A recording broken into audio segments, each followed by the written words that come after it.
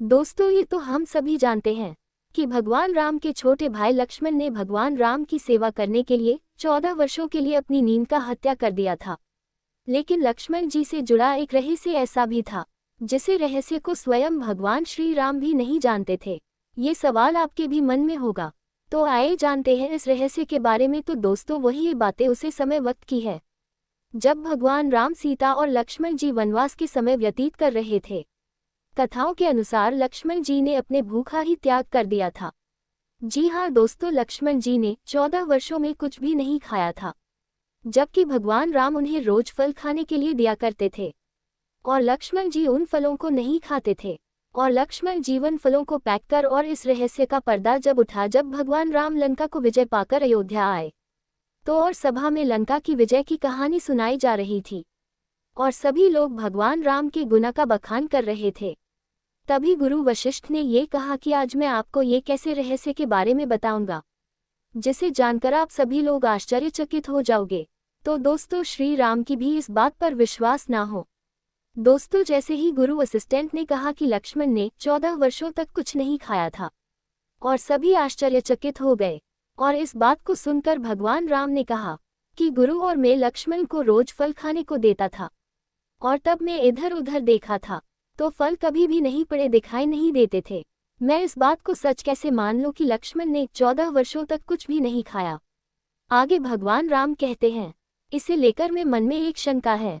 तब गुरु वशिष्ठ ने कहा, इस शंका का समाधान लक्ष्मण ही कर सकते हैं। तभी गुरु के बात सुनकर लक्ष्मण जी बोले, भैया आप भी मुझे खाने के लिए खाना देते थे, मैं उसे खाने को अपनी शक्ति द्वारा सीधे अयोध्या भेज देता था।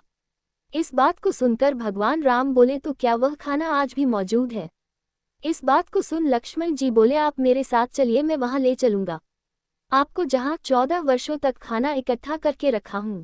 तब भगवान राम ने उसे जगह पहुंचे जहां श्री लक्ष्मण जी ने दिखाने का ढेर देखकर भगवान राम एकदम आश्चर्यचकित हो गए हैं।